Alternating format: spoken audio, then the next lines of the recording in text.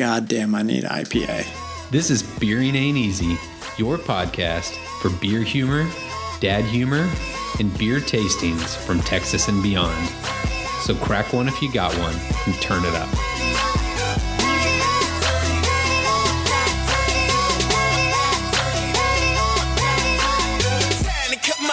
All right, everyone, welcome to Beering Ain't Easy, episode 31 with Adam and Drew. Adam and Drew coming in with a new intro. What do you think? I think everyone is going to love it. So last week, we had a dad-centric episode. It was talking about baby life, and we promised you a beer-centric episode today. And so we brought on a very unique brewery today, Martin House. Getting freaky with Martin House. You can't say it any better way than that. We have some freaky, unique beers that we're going to feature today. But before that, let's talk a little bit about beer trends for 2021.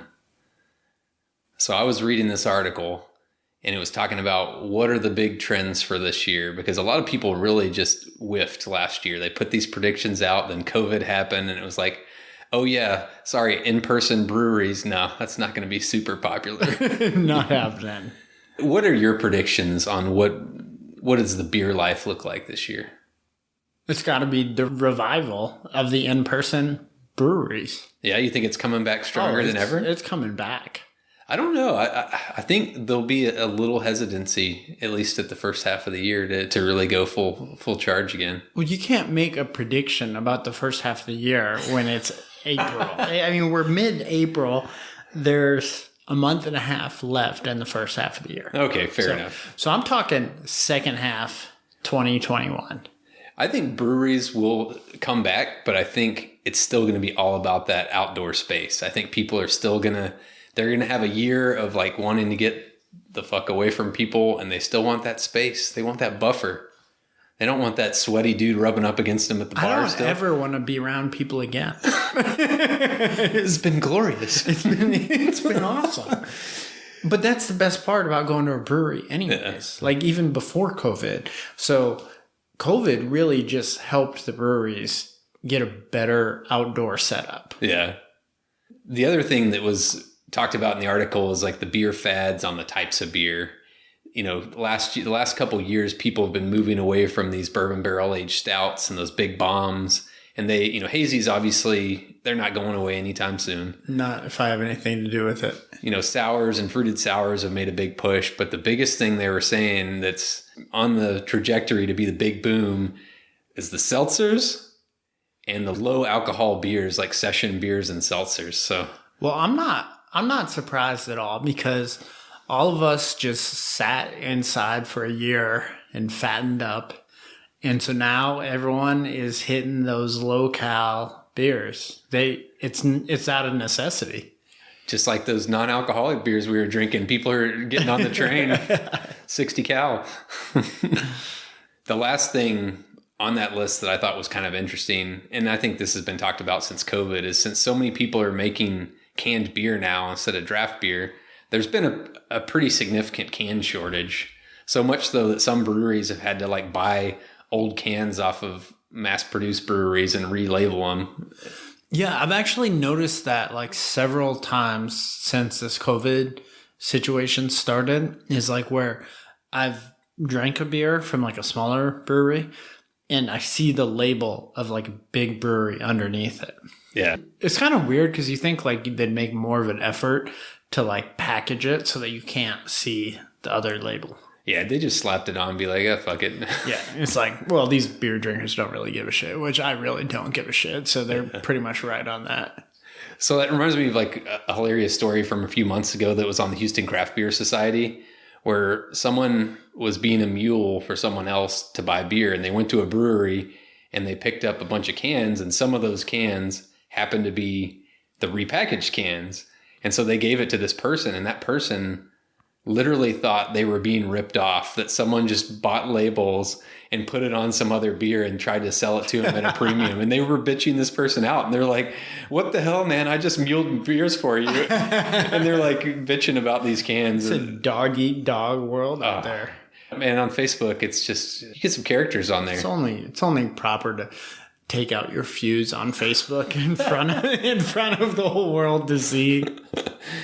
I think it's funny because, like, you know, like Instagram and stuff, you can kind of hide behind a fake persona. Yeah. But like Facebook, it's you. It's like, but people, that doesn't stop them. They're still like, they're still they don't care. They're just like, let the ignorance fly. That's the COVID world we live in now. It's like people are so isolated that they want their faces out there, and they don't care if it's in the most negative light. Care. They just want to be seen. They just want to be heard. They want to be heard. All right. So you want to get into the Martin House? Let's make this happen. So Martin House is in Fort Worth, Texas, and they make normal beers. I think we had brown ale that was pretty good on one of our past episodes. Yep. A Bach is what we had. But they also make some experimental beers, and that's what we're focused on today. And the first one that I think came out that became popular and really went wild was this Best Maid sour pickle beer. And I gotta be honest, I hate pickles. What is your stance on pickles? I love pickles. Oh, this is great. But I've never once thought, man, I want a pickle beer.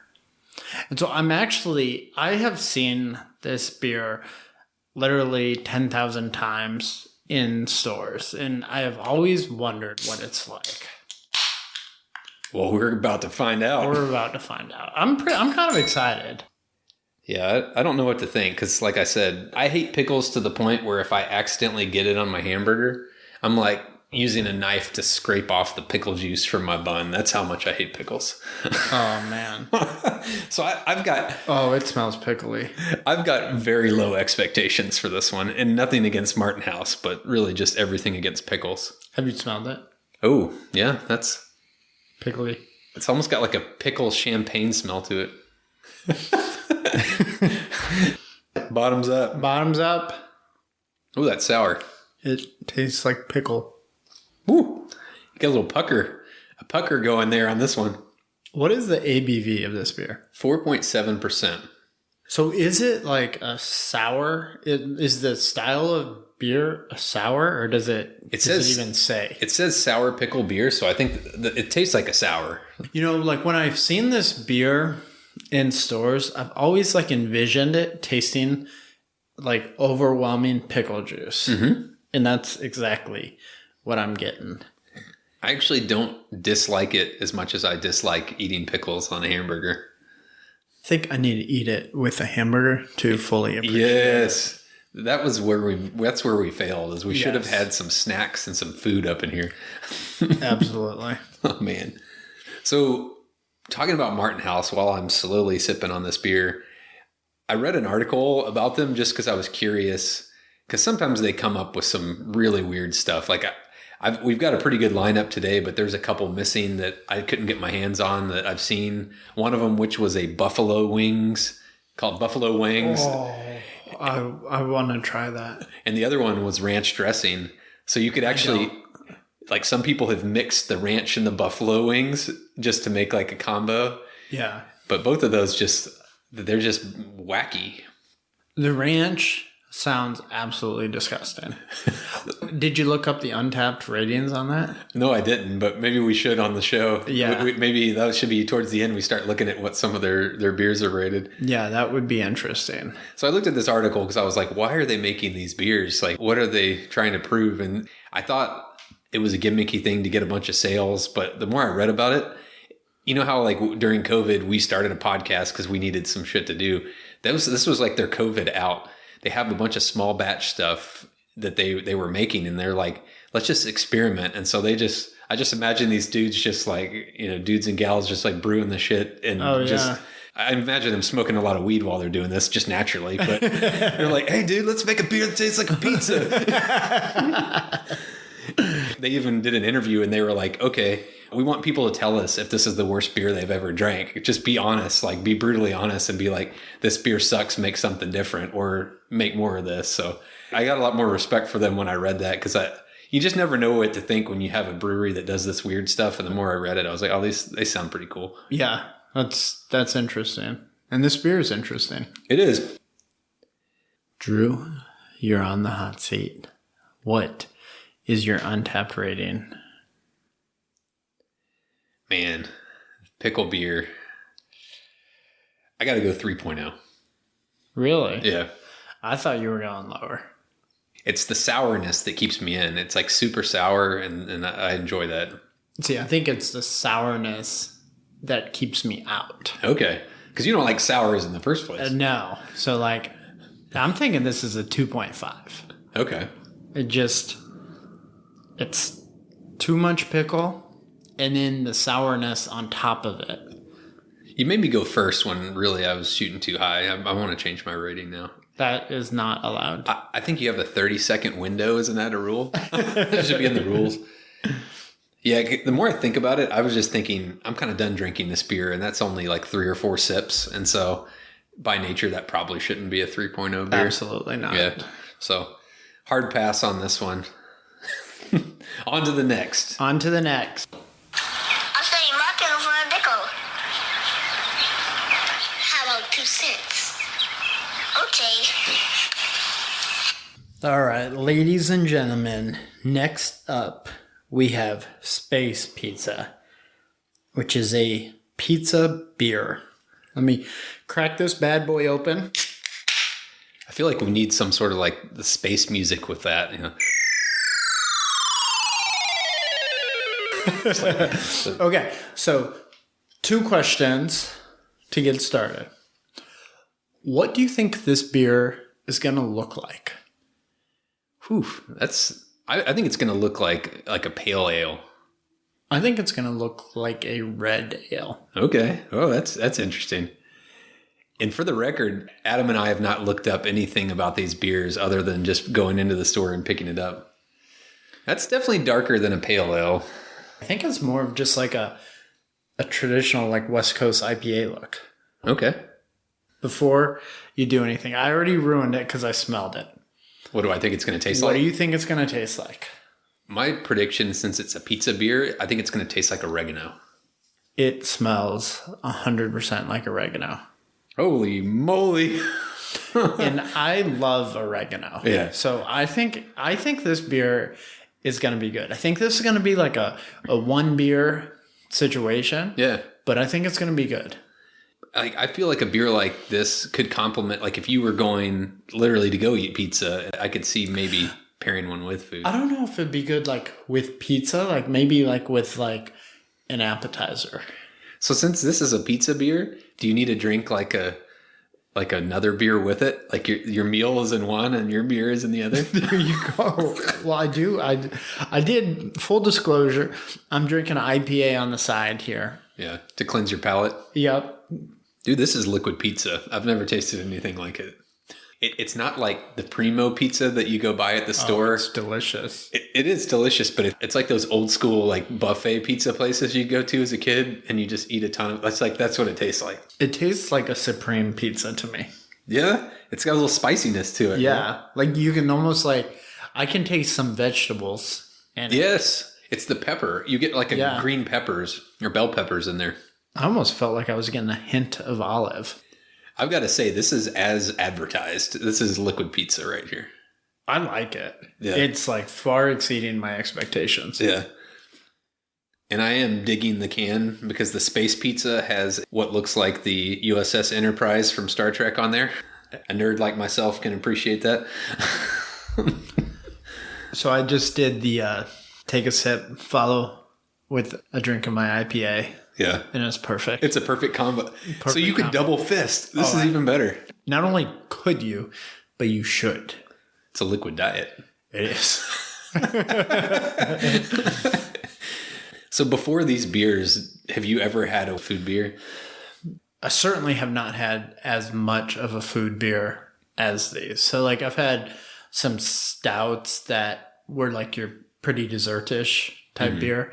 I'd say like the closest thing would be like habanero stout. So I've had a couple of different versions of that. Nice. How about you?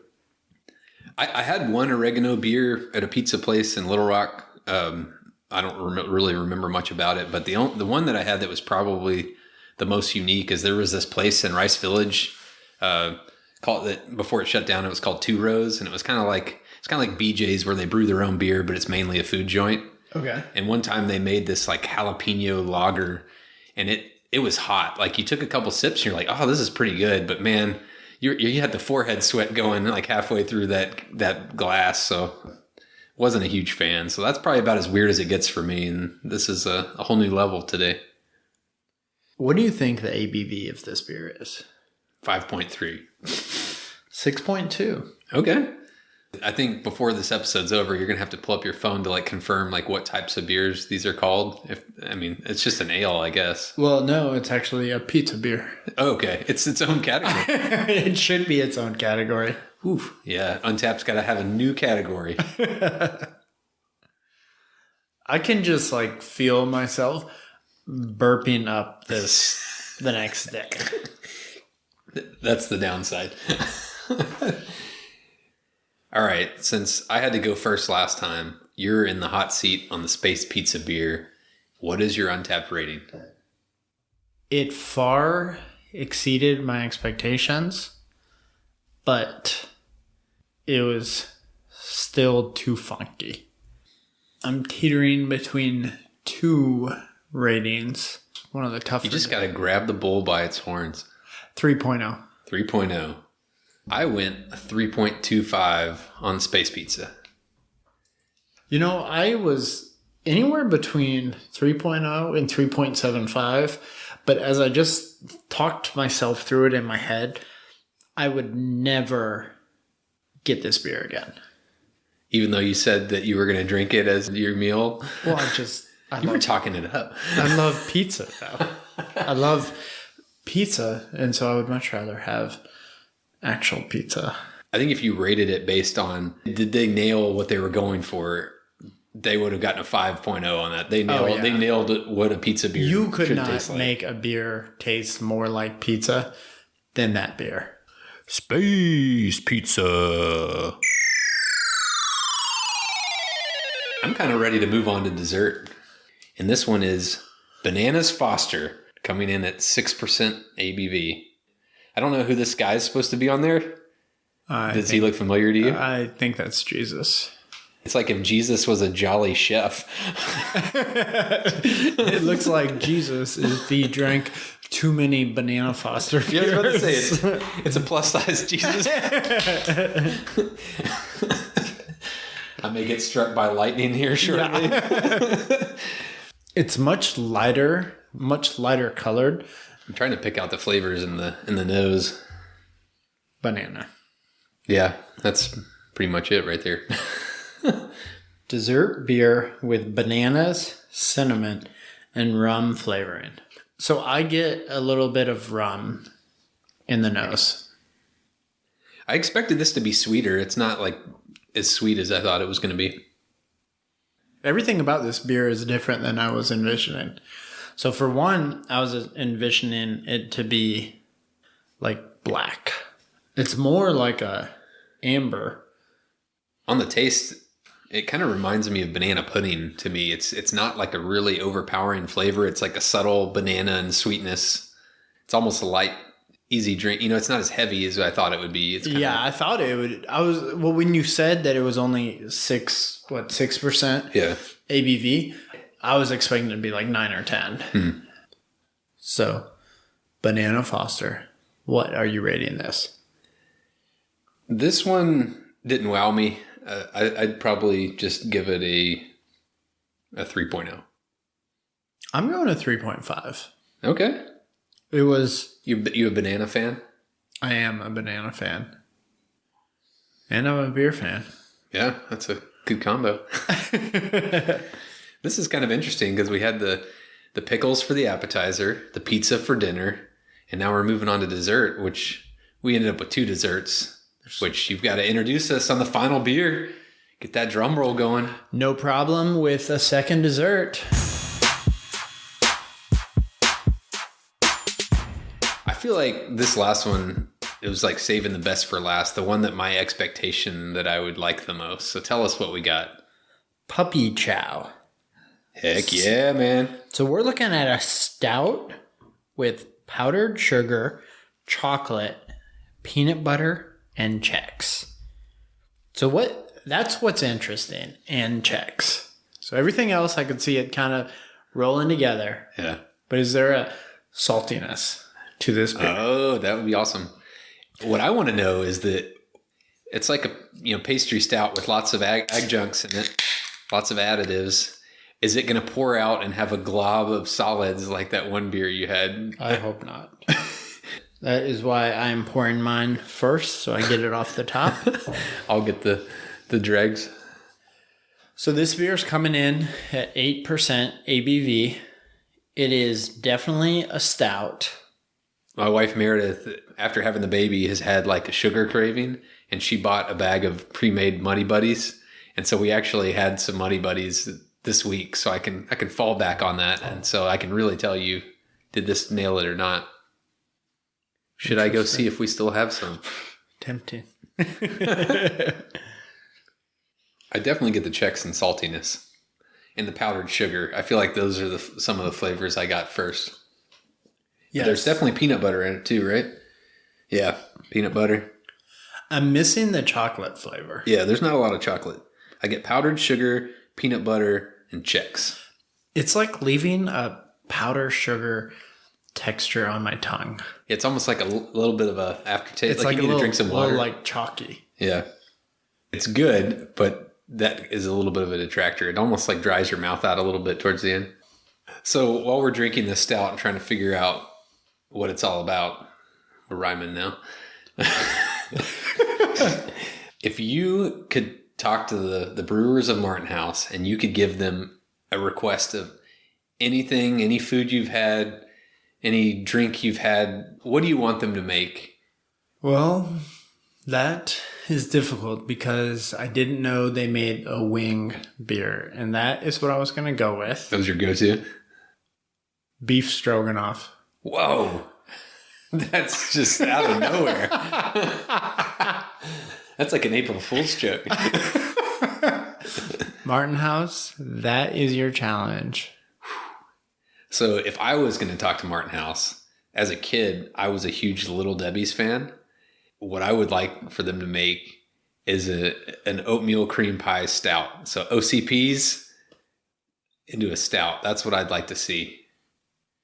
See, I feel like that's not... It's not unique freaky enough. That's not freaky enough because that's already stoutish. Whataburger gravy. Yeah. Now we're talking. Martin House, can you pull it off? Whataburger gravy. That reminds me, I've got a pretty sweet meme that I'll be putting out on our Instagram and Facebook page with regard to Martin House and their selection of beers. Go on. It has to do with Whataburger gravy. That's all I can say at this point. All right. What are you thinking? What are you rating this beer? I'm going to go a 3.5 on this one. I enjoy it. It's sweet. It's my favorite one out of the bunch we've had. But because you mentioned a little bit of that dryness towards the end, all these beers are still a little freakier than I would normally, where my comfort zone is. My safe zone. My safe place. I'm going to go with 3.25. I think the Banana Foster was better. Okay. This one's just odd to me. I did just burp and I could... You get pizza? No, actually, Chex. That was what was so interesting, is because I was, out of everything, I didn't expect it to be Chex. So to just gut check your final ratings there, when we finish this, which one of these are you going to pour and get seconds on? I think I'll do seconds on the Banana Foster. I do. Okay. But I think I'll do seconds on the pizza. Interesting. Don't think I'll do seconds on the Sour Pickle or the Puppy Chow. Sorry, pickle beer, but you're not for us. But I feel like I have so much closure after this episode because I have looked at that damn beer so many times in the store, and I've always been like, I wonder what that beer is like. And yeah. I've been dying to do a Martin House episode because even if these weren't my favorite beers in the world, it was a ton of fun to do this. and it makes me want to go get their buffalo wings and their ranch beer just to say I've had it, right? I want their buffalo wing. We can mix the ranch, the buffalo, and the pizza beer. Buffalo pizza beer. I think that is a beer ain't easy experiment in the making. Yes. The entertainment factor alone made it worth buying these beers, but highly recommend buying those singles and not splurging for that 4-pack until you've tried them. All right. I think that's enough talk for today. That's a wrap. Getting freaky with Martin House. Get your freak on. Thanks for listening, y'all. We'll see you next time. This has been a Beering Ain't Easy production in Houston, Texas. Follow us on Facebook or Instagram. And if you want to see what we're drinking, our untapped handles are Beering Ain't Easy Adam and Beering Ain't Easy Drew.